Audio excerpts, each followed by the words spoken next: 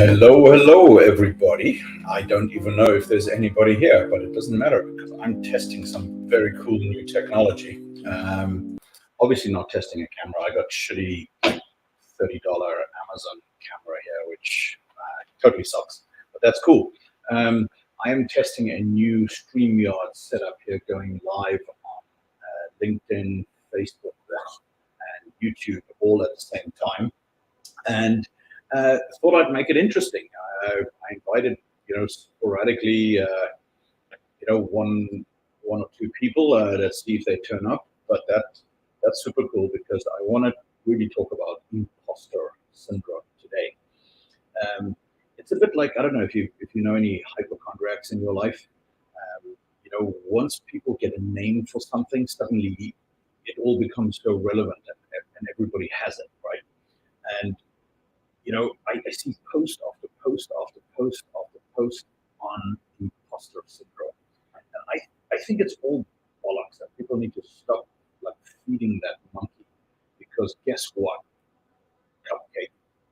Everybody that's an entrepreneur, everybody that takes a risk, everybody that goes out on a date, everybody that cold calls, everybody that puts together a proposal suffers from imposter syndrome in some way. It's called life. It's called taking a risk and putting yourself out there with the potential, let's call it with the certainty of being rejected.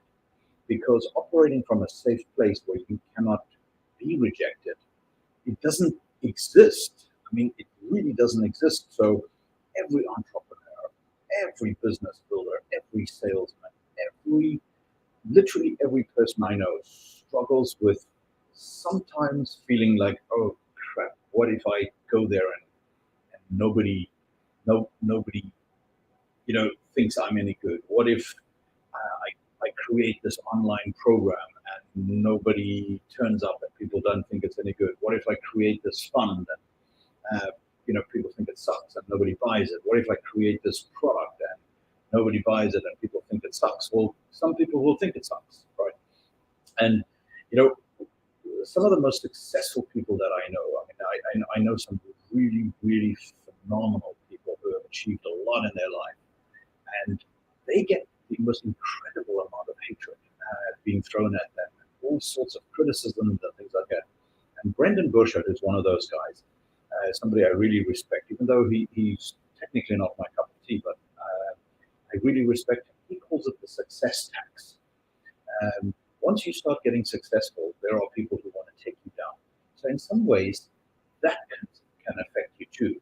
If you do a major email campaign out there to promote your business or to promote your live event or to promote your anything, even a simple LinkedIn post, there will be people that can hate you for that. And there are people who will unfriend you, and there are people who will unfollow you, and there are people who will unsubscribe from your email list. I think the height of rejection to me was like some years ago. My mother unsubscribed from my email list. Anyway, she was kind of a nasty person anyway, but I remember that didn't feel very good, right? And it just happens, right? And the whole imposter syndrome thing. I thought I'd show you a cool little video because I learned something. I'm a bit of a psycho. When I want to learn something, I just go and say, all right, let me go find somebody who does this, right? So let me show you this really cool little thing, okay? That I'm go share screen. There we go. Just talking you through it. And I'm going to share this screen and move my stuff over here so that I can bring you this thing quick. Talk about Rubik's Cube. Yeah, I mean, here's me learning something from a young Afghan boy who has a system of dealing with Rubik's Cubes. Yeah, I mean, he's not even in English, yet he taught me how to absolutely crush doing a Rubik's Cube in 3 minutes. I can't understand what he's saying, but all I did was follow his moves, and I learned how to do that. And literally the guy has a system, he has a very systematic approach on doing the Rubik's Cube. And he does it in two to 3 minutes. So that's the point I really wanted to show you, that you can really, hang on, see if somebody's here. David Jones is there. David Jones wants to connect. But he's got to connect his microphone before I can add it to the stream. So that's not going to work. Let me show you one more thing, okay? That's really interesting. So when I was a kid, I was like,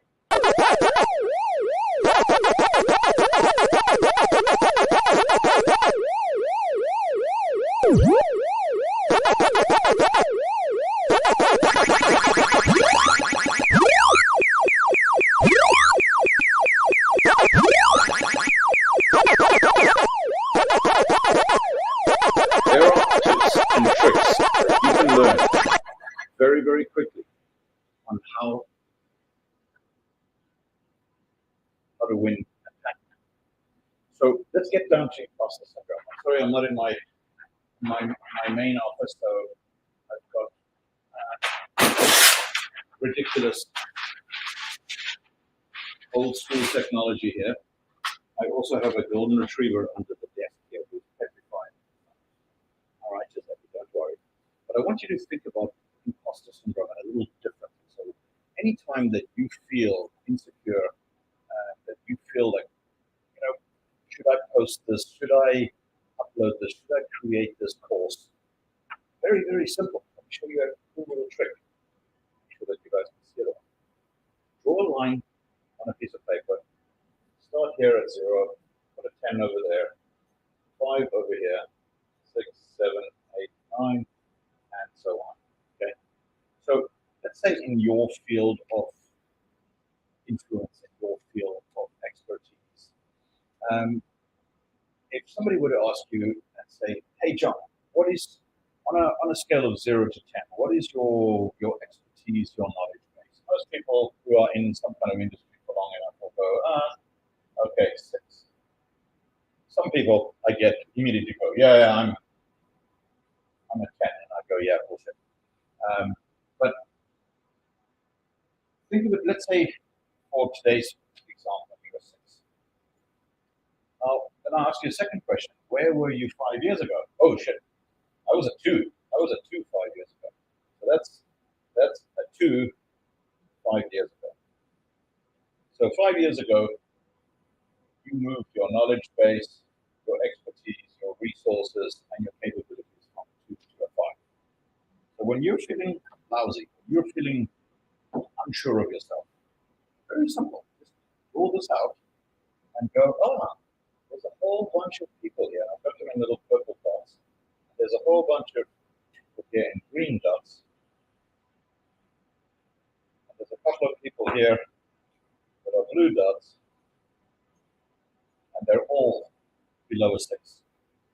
So technically, all you need to do is be 10% ahead of everybody else. And you can help them. But normally, you're actually miles ahead of people. So all that you have to do and think about is say, okay, I'm going to take all these people, all of these people who are my ideal clients, who don't know this, and I'm going to help them from a 6. So you, in effect, you're actually selling your services, your expertise to yourself from 5 years ago. Very, very simple. All you have to do is start a marketing campaign to say, hey, here are the 10 things that I wish I had known 5 years ago. And here's how you can save yourself 5 years. And bingo, you literally bring them into your life. Because by changing your philosophy to serve hard, you can sell easy. There's no selling involved. There's no unnecessary promotion. There's no cold calling. None of that is going to affect you when you switch your philosophy to one of service and giving rather than taking and selling. And I found that really, really helped me an awful lot. That really, really helped me. Because I've always built asset management businesses, wealth management businesses, managed futures, hedge funds, CTAs, all sorts of things like that. And, I realized, when I didn't want to do it anymore, that, oh God, what am I going to do next? Because men should never ever retire, right? So what am I going to do next? Well, I'm going to show people how to raise money because I really know how to do that extremely well. I also know better than anybody else what not to do because I've done that 100 times over. I've also been an investor for the last 30 years, so I've seen every fund pitch ever there's been on the planet, all the good ones, all the bad ones.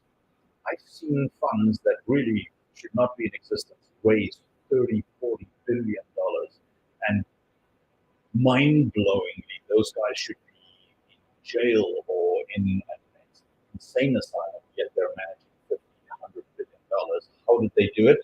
Go learn from those people. Learn what not to do, learn what to do. So I basically came here and I said, okay, I'm going to start a business that teaches people how to do this, how to raise capital, how to raise money, how to attract their ideal client and keep it. So all I did was this kind of thing. Anyway, so I hope this little live show serves you and that helps you get over some of your stage fright. Certainly, by all means, I'd love it if you tag me in any of the comments. When you're posting something, I will come and support it if I see it. And thanks for letting me test my new technology setup. I'm going to now go back and check on LinkedIn whether it actually worked. Anyway, love you guys. Bye. Have a nice weekend.